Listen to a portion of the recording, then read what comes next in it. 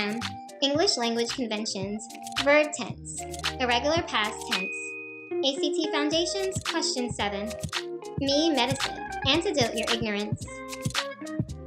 ACT English Foundation, verb tense, question 7. Complete the sentence with the verb in the past tense. Mom blank for our books. The task here is to shift the tense of pay to its past tense verb form. Here's what I need you to understand. Most verbs are regular in the past tense. That means you follow a rule like add ed or add d to get the past tense form of the verb. Some verbs are irregular in the past tense. That means you don't follow a rule. Instead, you must remember the past tense form of the verb. Check out this example. Jacob lost his keys.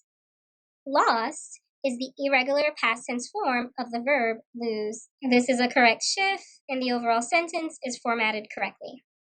All right, back to our original question. And now for the solution. Paid is the past tense form of pay. This is an irregular simple past tense verb form, so you must commit it to memory.